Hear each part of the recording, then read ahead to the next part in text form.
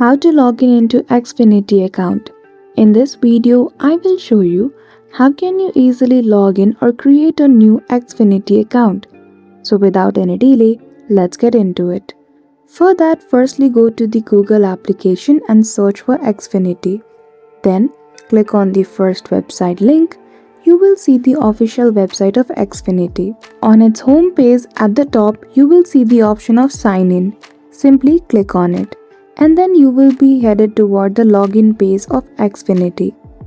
In the login page, now you see the option to sign in with your email or mobile number if you already have an account, but I don't have an Xfinity ID, so I'll click on create a new Xfinity ID option below. After that, now you need to provide your details to create a new account. So here firstly I've chosen the option of mobile number, then after I will click on continue. Once you do so, the second page shows you the option to provide the verification code that you might have received in your phone number. So that's it. After you provide the verification code and then when you click on continue, you need to provide your details such as name and location. So that's it. I hope you found this video helpful. If you did, don't forget to give it a thumbs up and subscribe to our channel for such tutorial. Thank you for watching till the end.